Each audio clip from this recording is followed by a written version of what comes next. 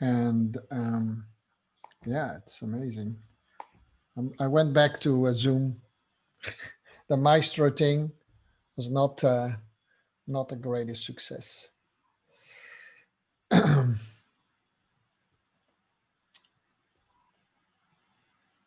Let So me see. what Yeah. did you do for Christmas, John? Yeah, just let me say hello to the people online. Hey, you people on Facebook. This is Shah with The Place. We're just starting up and just exchanging a little bit Christmas experiences. Well, actually, I just stayed home basically, and I had had a very long Zoom party with my family in the Netherlands. Or well, some of them are in the Netherlands, some of them are in Canada, and some of them are in Spain. So yeah, that was actually quite nice, but quite quiet Christmas. Um, was pretty cool. Pretty cool. Nothing exciting as you with your family or Irene, who made a monster trip to Indianapolis. Um, so yeah, cool. Hey, we have a little small group today at the place, and we are talking about something. I said let's be ourselves in 2021. Now, I always thought there was a little bit of a weird expression as people say, "Oh, today I was not myself," and I always think, then who were you, right? I'm not quite myself. Do you know who you are then? Or so a lot of people say that, right? But it's all coming from these psychology books that we read. We shouldn't do that actually. I think it sometimes makes us worse because now we have all names for these things, right? And if you believe all the researchers, right, then it's 70% of the people that suffer from this and 80% of the people suffer from that. So by the end, if you've done your study on psychology, you kind of find out that you at least have like 8 or 9 different syndromes just in one person. I don't have met anyone else who had no syndrome. And then yeah, and then the funny thing is that people start to identify themselves with the syndrome they have. That's even worse, right? So we call that labeling. Anyhow, that's why coaches came into existence. They go deal with these things slightly different. By the way, there are a lot of good psychologists who are top coaches too. By the way, but today we're talking about something that we call in psychology the imposter syndrome. And it's a very serious matter, by the way, because a lot of high achievers, a lot of professionals in any profession actually more or less, well, I'm not sure if you want to say suffer, but more or less once in a while come across that they are suffering from an imposter syndrome. And an imposter syndrome has many faces, but it often has to do with, if you have a lot of self-doubt. Now, who doesn't have once in a while a little bit of self-doubt, right? If you think that all the successes that you had were maybe because you had the right people around you, or maybe it was sheer luck, you were on the right place, all these kind of things. That's a sign of having um, an imposter syndrome. If you often make the performance that you had, if you kind of make it smaller, so you berate it a little bit, you make it smaller than it was, like, yeah. I mean, I do that a lot, by the way, so I must be a huge sufferer from an imposter syndrome. But there are a couple of things more, but let me tell you a little bit story. And Hans, you were at that place, you were at the time you were there, and then I give you a little bit how my internal is was going, and then you can see and recognize yourself maybe in there as an imposter syndrome, right? And I'm going to tell you already, by the way, as if your head is not full enough, Danielle, that you will start to suffer from an imposter syndrome very soon too, because I'm very proud of you, but I'm already predicting it to you. So are you not exciting to hear that? Like, oh wow, right. I came here to get a to get a good feeling, and he's already telling me that he's going to give me the worst feeling, right? I'm doing it already to you. Is that not? I'm the worst coach ever, guys. That's why there are only like 4 people on online, but maybe there are like, I don't know, hundreds online on Facebook. But remember, Hans, a few years ago when I had to do a lecture, and Luca Baracci was there too, and Julie Fryer was there too. And that was always around this time, by the way, January actually, where we had pretty good lecture days and workshops at Isho. I looked forward to it, but this year was really special because we had at least 2 top coaches. See, there I go already. Is 2 top coaches, namely Julie Frey and Luca Baracci, and I came in the room, and I think Julie was just done with her lecture, and Julie and I know each other fairly well, so we were not. I'm not. I'm impressed, of course, with what she did, but I'm okay with that, and. For all the people that are listening on Facebook Live who don't know what I'm talking about, is this is a ballroom, and I had to give a ballroom lecture. We call that a lecture when you talk as one person, often to many dancers. In this case, they were all ballroom dancers. And if you don't know what ballroom dancers are, those are the people with these long white dresses on, and the guy has what we in Dutch say a billet ticker. That would be really weird to translate, but that would be something like a butt kicker or something. And Irene was now thinking, what is he talking about? But a tail suit, right? A tail suit is the correct word for that. And so I had to give there a lecture. It was not the first time that I did a lecture by that, but I always, although most of my students are actually standard and ballroom dancers in generally, I always am a little bit nervous because, I'm not such a good ballroom. And take note of what I'm doing, because I'm teaching you and telling you at the same time. Take good note of what I say. I'm not a really good ballroom dancer, standard dancer myself. So when I come in the room and there are potential Dutch champions and sometimes even higher up champions in the room, something in me starts to turn around already here. Now, this day, there was a teacher teaching, and her name is Julie Fryer. And what a lot of people think, she's only a Latin dancer. She is a 3 times world champion Latin dancer, but she used to be actually also champion 10 dancing. So she's actually a really good dancer. I knew that, but most of the people in the room didn't know that, but that's fine. And she is a really good specialist also in movement of human body. So I came in the room to do my thing, said hi to Julie, and that was all good.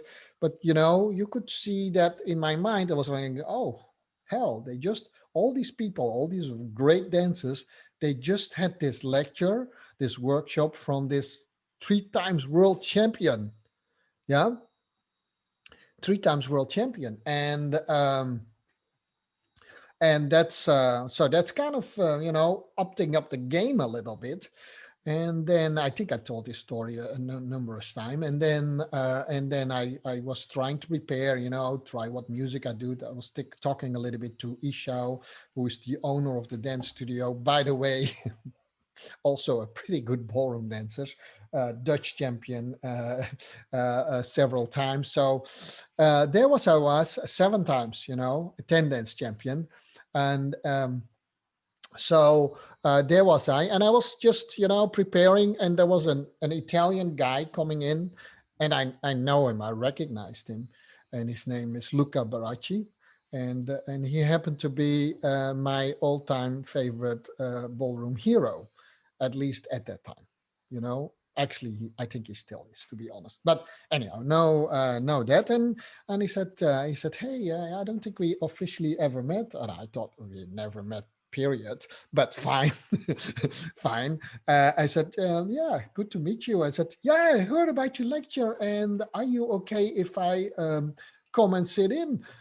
And I said, Yeah, sure. Why not? Right. And Luca is, by the way, is a world champion, and was several time Blackpool champion, which in our world actually means even more than a world champion. Um, and so he was sitting there, and he was dating at that time a girl named Annalicia Di Filippino, Di Filippo. And Alicia Di Filippo danced with her brother, Stefano Di Filippo, and they both have been black ball champions too. And she said, um, okay, then maybe we can sit. And then Julie heard that those two people were going to sit in my lecture. So Julie said, I think I'm going to sit too, because I think it's a while ago, Sean, since I've seen you doing a lecture. I said, I can't even remember that you ever saw me doing a workshop, right? So the stage was set, and think about what the in my internal, right? You have to see me. If you know me, I look super confident, right? I know how to talk even to multiple Blackpool champions. I just know I talk the talk. But in me, this was the thing going, everyone will know in 5 minutes that I don't know anything about ballroom dancing. Everyone will know it. Now, within to this Dutch people, I could keep it up because I'm coming from the United States. I can do a good talk. But now there are world champions in the room, and I think, by the way, in my head, I was already thinking that Esau, one of my best friends, was already kind of suspecting that actually I'm not that good of a coach anyhow, but he invited me.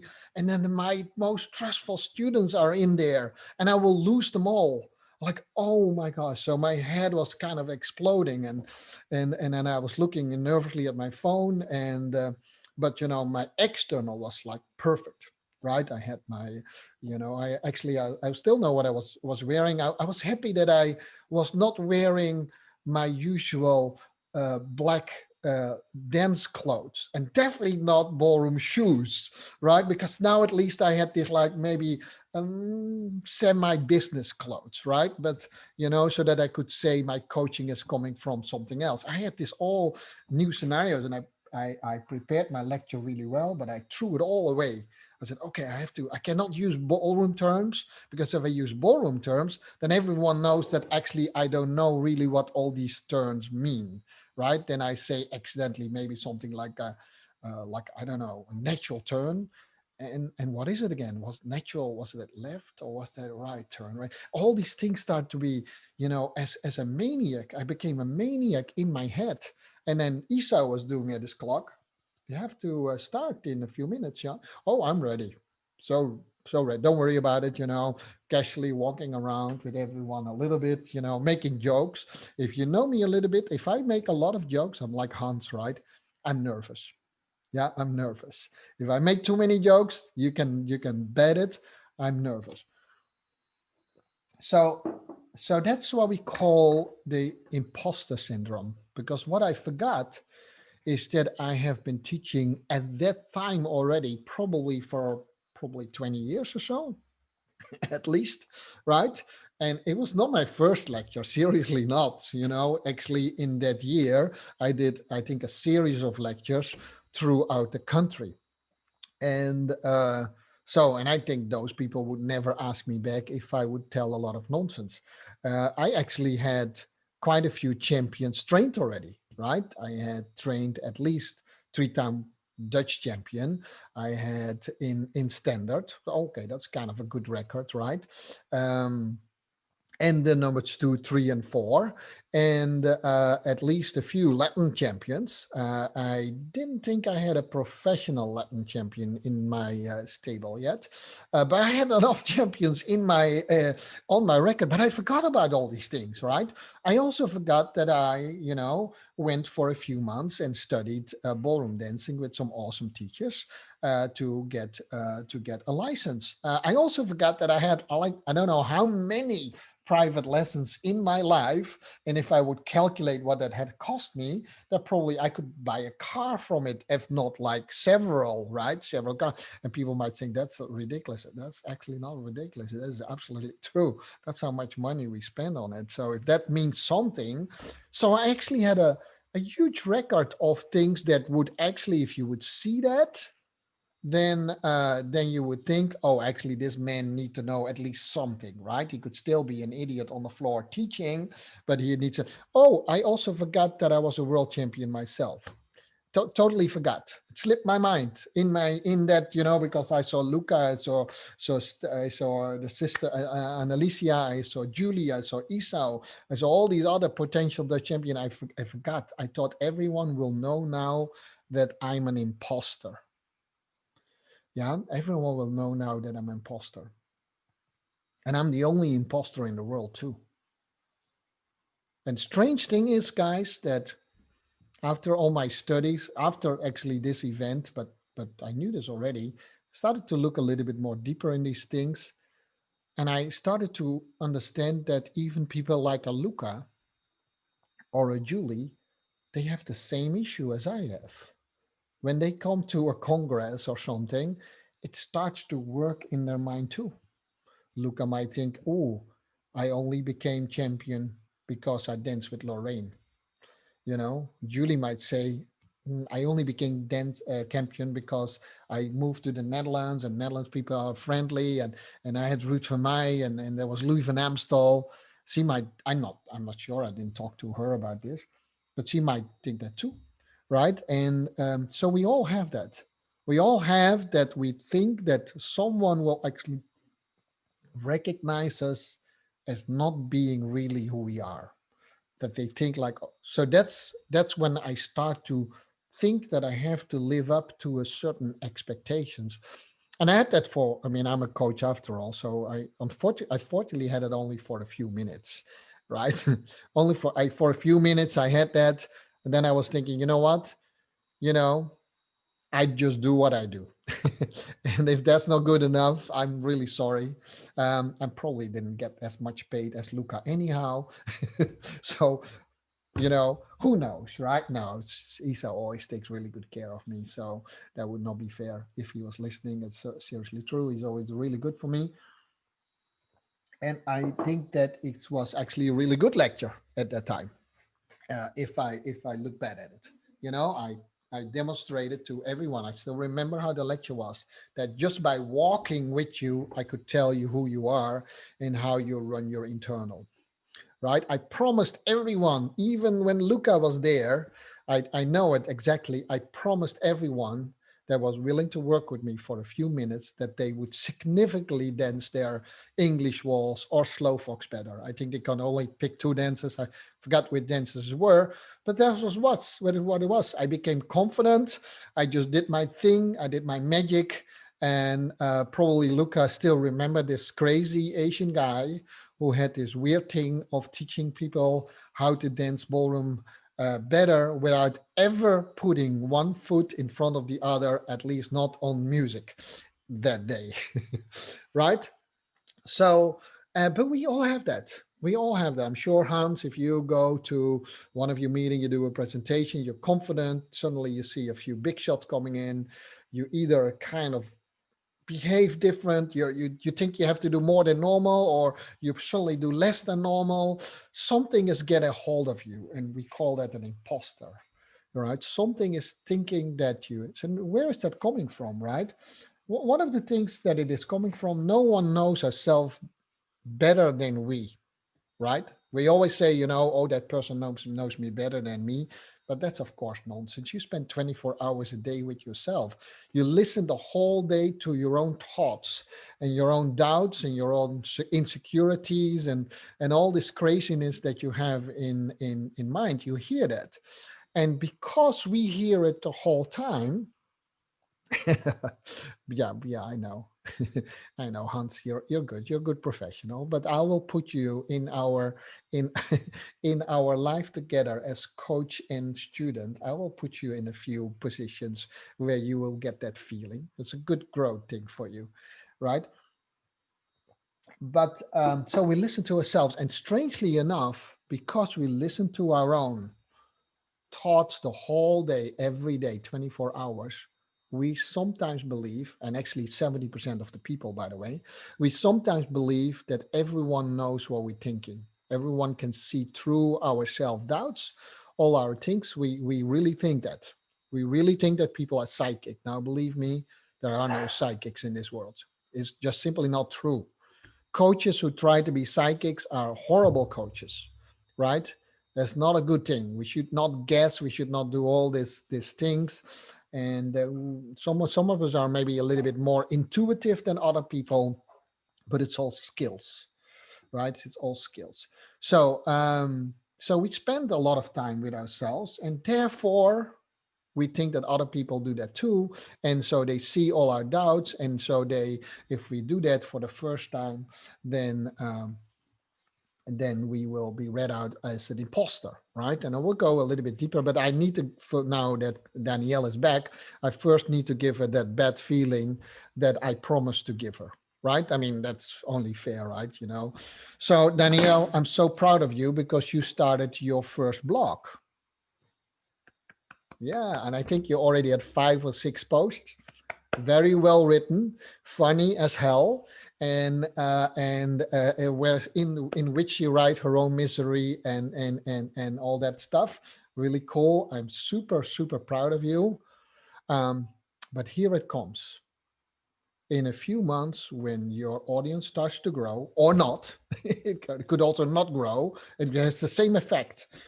But let's do the positive first, and I'll make that negative even after that. When the audience grow, then there will be that day that in what shall I write today? Is anyone really interested in what I have to say? I'm just darn close. And no one wanted to listen to me before I started the blog. So what the hell am I thinking that they want to listen to me now? You know what? I'm not going to do this because now no one listens this and everyone thinks I'm an idiot. Anyhow, if you have no listeners, then for sure you will think that. Because then you have the proof that, see, I was thinking I thought it was such a good idea. All these people were stimulating to do my blog, but no one is listening. See, no one wants to hear what I have to say. No one wants to hear my misery. But I can tell you, Danielle, I just played a little game with you. Every blogger, every vlogger like me, every podcaster, we every day we fight that battle. I can tell you already, every time I look at my podcast and I see, oh my gosh, I have less listeners today than I had yesterday. I think I'm such an idiot. I shouldn't say this anymore. And then sometimes I over prepare, and then it thinks, oh, now I really sound like an idiot because it's like, oh my gosh. Or I made a language mistake in my podcast. Oh no, they don't only think that I'm an idiot, but they also don't know that I cannot spell correctly. Now it's even worse, right? And all these kind of things. I remember, I think Irene knows that one of my first IGG lives, I accidentally put the camera like this. And I was just in panic. I said, I'm not going to do this anymore. Everyone thinks I'm an idiot. They think now they don't know how I used to have Instagram live and all that kind of thing. And we do that. So, Danielle, I can tell you, it takes you about 40, sometimes 100 blocks. And that it's meaning if you do it daily before it actually starts to pick up a little bit. That's how long it takes. That's if you're good. Most of us are just like me, average. It takes a long time. But I've read them and I read a lot of blogs, and I can tell you people want to hear your story. They want to hear the real Dan. And that was the real Dan. It was with your misery, the more of yourself it's a super good way of heal yourself, because you start to relative. How do you say that, Irene? Relativeren in English. You start to, can't come out the word, but anyhow, you start to see everything a little bit more in perspective, and you start to take yourself and serious and less serious at the same time, and it's a really good thing. But I promise you already, just write it down for you, put it on your wall.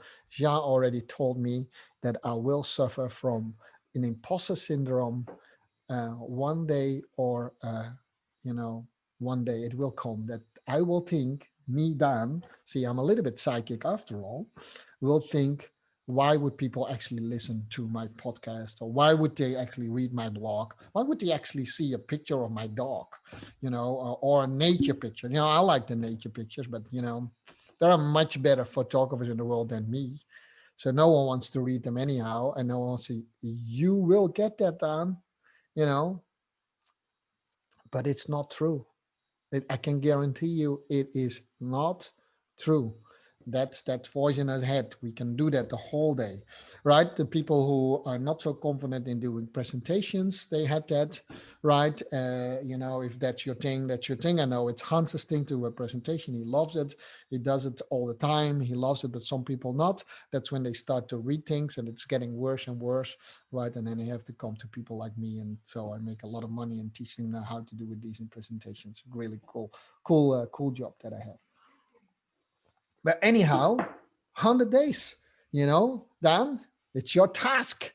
I'm already at episode number 6. I can't wait to see the next one. I can highly recommend, by the way, you people on Facebook and you people here on Zoom, I can highly recommend. And if you listen to me on my podcast on and Danielle's podcast. You can type in the name of your podcast so that I can read it out, Dan. It is in Dutch, but with modern technology, Irene, you just have to press a button and it will be automatically translated for you. And the podcast is called Dan, and that you write it as DANKLXXS .nl, and I will put it more in my podcast as well. Dan KLXXXS.nl, right? It's a seriously nice podcast. Did anyone recognize themselves? Just share your hand in the stories that I told. I mean, like I said, I'm teaching you while I'm telling stories today at the same time. Yeah, I think we all did it. We sometimes make our performance smaller or bigger than they truly are, right? We all do that. If you make them too big all the time, you suffer from a different syndrome. We talk about that maybe later, right? But most people, and in the Netherlands we say, that is bescheidenheid. Huh? We are just modest. Bullshit, right? In our world where we are performers, you don't have to put on your medals and bring in your things, but you should be proud of the accolades that you have and the achievements you have. And some of these things, they are valuable, but I do that all the time. I always make my own achievements smaller than they are, right? So I wrote a bestseller and then I say, yeah, but I had a good publisher, right? All these kind of stuff, we do that. Yeah, but it's a marketing trick. I do that all the time in myself. And then we have also, and I know some people that are listening, there are not so many, right? There is 1, 2, 3, and there's Irene and there's myself, right? There are also people who have not a realistic ability of assessing their own skills. And even if their coach is assessing their skill, they still don't believe that it is true. And that's a nasty thing. If you don't believe that you have skills, that's okay. But if you have a coach who is honest, it tells you, I think it was pretty good for today. Tomorrow it has to be better, but it's really good for today. Then you have to accept it. And so that's one. And then one thing that I once in a while have is that I cannot live up to people's expectations, and that's when we kind of sabotaging our own success, right? We do it a lot. A lot of people do. If I tell you that Tom Hanks, for instance, to give you a few names, that Einstein, big names actually suffered from this syndrome. At times it hits them. And I give you, of course, I wouldn't be shy if I would not tell you how to deal with these things, right? But you have that. So if there is one good um, um, New Year's resolutions that you could have instead of stopping with smoking and losing 20 pounds and, all these other things that you could do in life, you could say, hey, in 2021, I try to be just me. I don't have to be more. I definitely don't have to be perfect. No one expects you to be perfect, right? No one expects me to be perfect. I just want to be me. And you know what it is, strangely enough? There are enough people, Danielle, I'm talking to you directly, in the world that actually are very interested in just you. In just you, not more and not less. And you would be specifically now, if there's something that works really well in social media, then that's that. But strangely enough, social media has also caused that we suffer more from imposter syndrome because we have created some sort, a lot of us, by the way, some sort of a illusion of how happy we are on Facebook, right? We only have happy posts. We never have unhappy posts. So that's an imposter syndrome too, right? But a lot of people, we have 7 billion people in this on this globe, and I can guarantee you that there are a few hundred thousand at least, Danielle, who would be interested in this world to hear your story and your struggle and how you deal with it. And it will help them. It will help them too because it makes them feel that they're not alone. And, like I told you about the imposter syndrome, and when you figure out that a lot of people, actually high achievers, have that imposter syndrome, it kind of helped saying, hey, I'm not alone in this, right? Does that make sense? So if you are an imposter or you have imposter syndrome, you're not an imposter, and then you are willing what you do with the least what I expected at least a few weeks ago, that you would write a blog. I am super happy. I can honestly tell you that I had a few tears in my eyes when you wrote that to me. It's seriously true. I told you I was so happy, and I mean that with from the bottom of my heart that I'm super happy. First, you turned your camera on, then you started to chat to us, and now freaking you have your own blog. You know, het moet niet gekker worden. It cannot go any crazier. I'm doing my Dinglish, my Dutch English, right? All right. So let's give you 5 tips how to deal with. Irene, you're awfully quiet, right? But if you have how you deal with how you can deal, there are many more things how you can deal with it. But there are ways how you can recognize yourself as an imposter, right? Well, not as an imposter, but with an imposter syndrome. If you are feeling that you are more like leaning toward a perfectionism, if some people called you that you are kind of micromanaging, if you are a little bit of a control freak, if people do that, if you feel that you have to have arrange everything before you can take a step, you probably fall in the category that if some of these things are not correct, you don't feel really well, and then you suffer a little bit from what I call a perfectionist, right? If you believe that you always have to perform well, I have that thing, and we have to save other people, and we have to be, always good. I have to put red underwear over my blue jeans, right, and a cape around my neck, then we suffer from what we call a Superman syndrome. And so that is also a little bit impossible. You don't always have to be ready for someone else. It is okay once in a while to say, I'm sorry, I cannot help you today.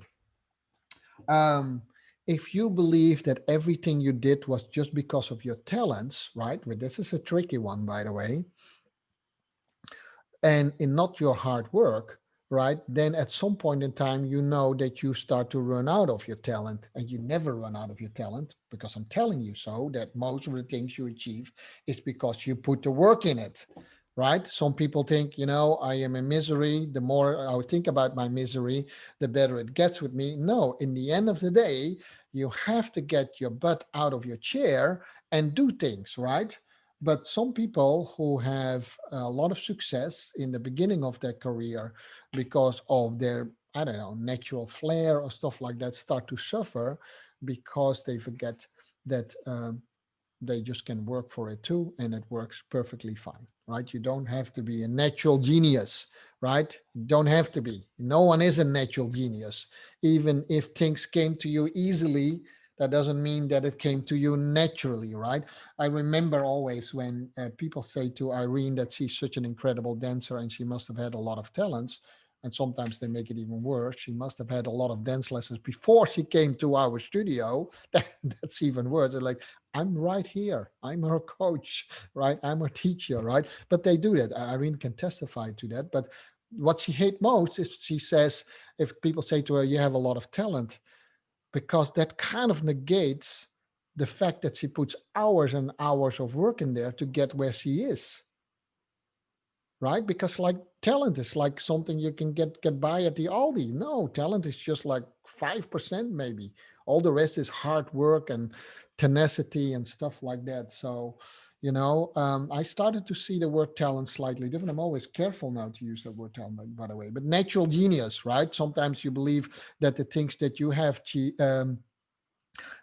achieved is because you're a natural genius, and you start to believe that yourself too. And you forgot how much work you put in it, right? Sometimes you forget it yourself. Like I told about, that's not a good thing. If you are, I, mean, I think I suffer from all five of them, by the way. if you if you think that you should not ask for any help because it makes you feel weak, right? That's actually not, asking for help is actually making you strong. But I definitely feel that if I ask for help, I am a loser, right? Because I don't need any help. Actually, I don't need anyone because I did everything on my own anyhow, which is also a lie. But anyhow, then we call you the solace, and a lot of people suffer from that, right? And therefore, coaches sometimes are really good help because they are not helping you. They're just telling you that you can do a lot of things, but you have to work for it, right? And last but not least, if you believe that you have to be an expert before doing things, now, Dan, again, I'm super proud of you because you're not an expert in blogging, but you started to do it anyhow. And I like that because a lot of people don't do what you do. They think they have to have a degree in literature before they can write two sentences on a piece of paper. No, you just write down what you want and feel. You put a spelling check over it and hope and pray that there are not too many mistakes in there, and that's fine, right? Most of the people don't speak decent Dutch anyhow. If I come back to the Netherlands, I think, what happened to our language? You know, seriously true. I really think that, Hans. I think, what if I listen to the radio? I think, what? Seriously, the language mistakes they have in their speaking is just like, don't they go to school anymore? Anyhow, I thought you wrote a really good blog. And so, one of these five, we all suffer from one, or I think I suffer from all five of them. Now, how do you get rid of them, right? So, first of all, you need to keep a leap of faith. And the leap of faith is in belief what I just said, right? N- Nobody thinks the way about you as you do. Right? You blow up in proportions how bad or how good you are. It's all your internal, right? Don't throw that away. A thought, you know, is just a thought. That's your second step, right? First step is, believe what I say. A lot of people suffer from these things, and the people that you think are so super confident, trust me, if I talk to them, they will admit that they have the same thoughts as anyone else, that they think I'm not good enough. And they might find out that actually I'm not such a smart guy. And the only thing that's a proof that is I'm a good looking guy. That's you don't have, because you can see that, right? You don't know. I don't have to think that. I didn't come up with that myself. I just can see it, right? But all the other things is in my head, right? And then you have to think about it that thoughts are just thoughts, right? We overvalue our thinking way too much. We should think way less, way less. We should put not so much value on the things we think about. It's just all in our head. It's only when we start to do things that they really matter. I can say I'm a poet. Well, I'm not a poem, of course. I'm a poet, right? But if I don't put it on paper, no one said, "Oh, really? Can you make me a rhyme then?" No, it's all in my head, right? And so that is right. And thoughts are thoughts. And I used it a little bit also as a trick. You can use it a little bit as a trick. At some point in time, I said to so many people that I was going to write a book. And I think, if I'm not writing that book now, I'm a real imposter, right? So I used it as a trick to myself. Now I really have to do it. That's a thing. If you say, for instance, I'm going to dance Blackpool, I'm going to dance Blackpool, you never go. Then, if they say it one more time, I just not listen to them anymore, right? With anything you do, not don't do crazy things by that. And then focus on the facts. And sometimes you just have to look at your own list of accomplishments. So here again, if you keep on a journal and you are, pretty good in journaling over time, you will be. It doesn't take you more than half a year. Then you can read back and you say, actually, I didn't do so bad. Actually, I spent quite a bit of time on this. I mean, can I or sometimes you come, you suffer a little bit from what we call entitlement. You say I should have more success. Well, you spend 2 hours on the floor. I don't know what you think you can do in 2 hours. But Hans, you train people. If you ask them, what do you want to do? I don't know. Okay, then I always say, well, let's do Roomba then. We always do Roomba. Well, you don't know what we need to do, so I say Roomba. Uh, so did you practice on it? No. So 80% of my dance lessons are practice sessions, elaborate, expensive practice sessions. You don't practice, you practice with me. I'm fine with that. And that's even a low estimate. The people who really work hard, like Irene and Hans, they typically know what you did. They record it. I'm not sure if they look back at it. It's just want to see my pretty face. Just take a picture, I would say. You don't have to see a video, but fine, fine, fine. If that's what you want to do during Christmas and New Year and look at my old videos, I can understand that. I do that to myself. I look at videos of myself the whole day. And and that's just a joke. And not really, actually. And look at the facts. You look at the facts, right? Look at what you really did, right? I mean, I can take my book in my hand once in a while. I have to say, oh, it's really true. It says it on there. 8 categories. What? 8 categories? Sure, yeah. I did it in 8 categories. Um, smart as heck, right? And just for fun and giggles, because I have Irene on the phone and I wanted to demonstrate. That has nothing to do, guys, with Facebook. I kept on the topic way too long. That's very special for Jean, so he has to digress once in a while. Oh, it didn't work. I go back. Ah, that's too bad. I had to turn the camera back on. Here, just hold on a second. That's the camera goes on sleep. That's too bad. Oh, yeah, it's back again. Okay, guys, just for a 2-second break. If you have to pee, this is your moment. Yeah, see, we were waiting for that for a long time that we could do things like this. Are you not proud of me that I figured it out? Yeah, see? That is, we'll use it, right? I will draw something here a little bit later. So stay tuned because I'm getting to a close. Not Daniel close, but I'm getting to a close. That was English, Daniel. It's yeah, I'm naturally funny, huh? And because Daniel's last name is Close, and that's why I'm saying I'm bringing it to a close. You get that? Okay, so yeah, stick to the facts, and once in a while you have to also focus on your strengths. Now actually it's very natural for us to not focus on our strengths, because a lot of coaches, they say that, oh, you need to focus on your strength. But let me tell you why I was waiting for the joke for the joke for a while. I see I disappointed you with about it took me about 2 years to make that joke. All right, but it's all about timing. It's all about timing, right? It's a good joke. It's always about timing. And but let me tell you this, guys. The reason why we have a hard time to focus on our strengths, and this one is for you, Hans, is because we became really, I mean, people who do well in business, but also people who practice hard, we become really well in solving our problems. We are, business people are very good problem solvers. And if you focus at the problem, you think, okay, I'm focusing on the solution too. Is that not positive? Yeah, but your mindset is actually looking for what's not going well.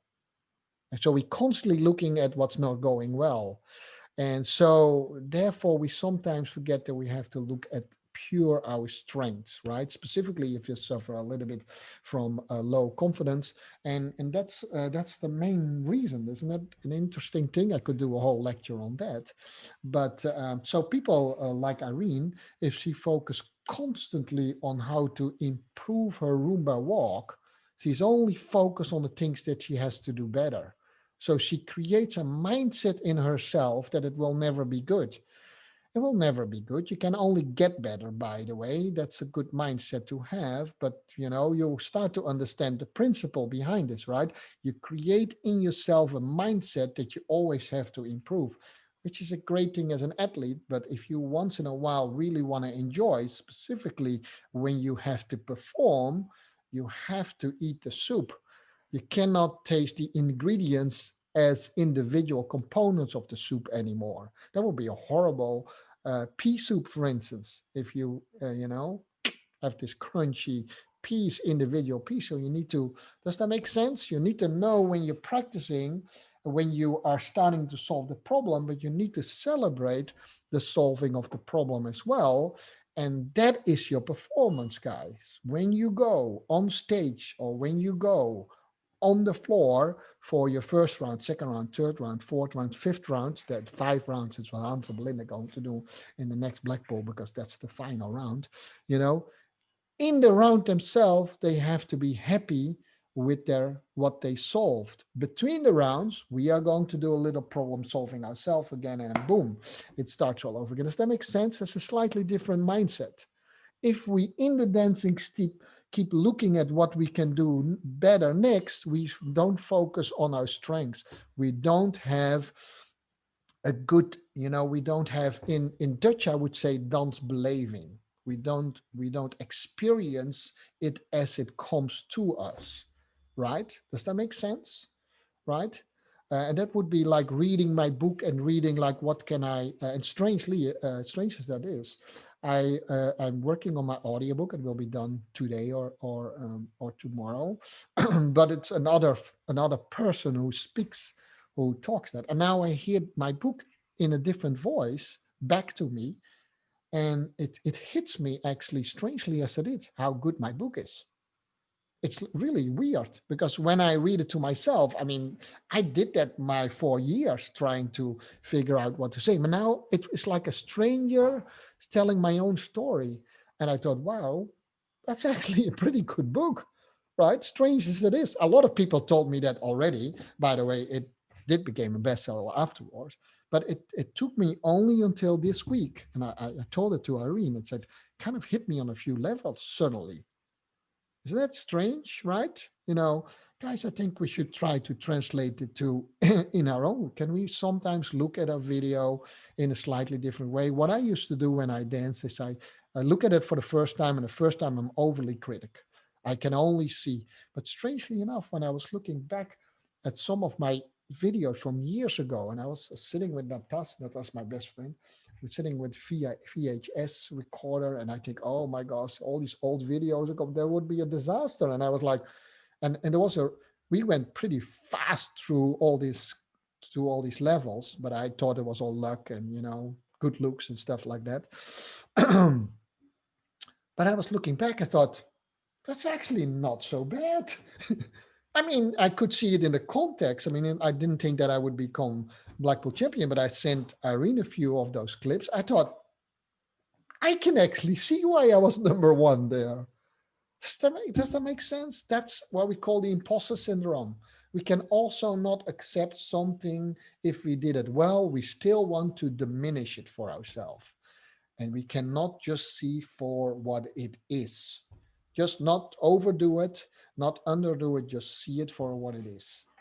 And that's when we start to have all these anxiety problems and all these self-worth problems. I'm not good enough. I will never get what I want. I'm already 24. How will I ever become Blackpool champion? Right? You didn't start at 24. You started way earlier, right? It's in the progress already. Does that make sense? That's the imposter syndrome, guys. Uh, And then last but not least, be a shy, be of it once in a while. I am not the most good looking man in the world, but close enough. Close enough. So I have a lot of positive self-talk to me as well. I have sentences to say, okay, it's maybe not the best piece that I wrote, but I'm sure there are a few people who want to read this, right? And that's just what it is. Have positive things to yourself. Give yourself once in a while compliments. It's a little bit strange because I did a lot of things about, don't be so much focused on yourself. Um, and stuff like that. I did that, by the way. That those if you talk about podcast and things, those became actually my big hits this year. Is when I was talking about self love. That's a lot of BS, right? Because it's self care. This is under the category self care, right? This is on the category self care. You don't have to play yourself down. I know, Dan, you have a lot of mental problems. I know that. That's fine. But I still like to read your blog. I still you think you're an awesome person, right? You don't know how Hans runs his mental, you know, because I call him mental. I never called you mental, but I call him mental, right? And you only have to see once in a while when Belinda's doing how heavy her life is. I mean, the real strong person in that household is Belinda because she has to live with Hans. All right. That, that was that. You guys on Facebook, I hope you took a little bit away from this, your imposter syndrome. You don't have to be perfect. No one is expecting you to be perfect. It's not what you think you are. It's often what you think you are not, right? So just be you in 2021. I'm not going to say be the best of you. If you are you, you're always the best of you. That's an original Sean quote. You can write it down. If you are you, you are always the best of you, right? That's it. Just be the real you. And we are way more interested in the real you than any of the other things that we have that are not really us, right? And it's a lifelong search to be really us. But that's what I wish for you for 2021, whether you were with me on Zoom or on Facebook. I hope to see you all back next year in the place, right? And if not, and of course, I always hang out a little bit longer on Zoom. If not, then maybe on the podcast or maybe on Instagram Live, right? But I wish you all the best for 2021 or the new year, right? I have to stop the recording now. Don't know where that end. Right here. I stop the recording.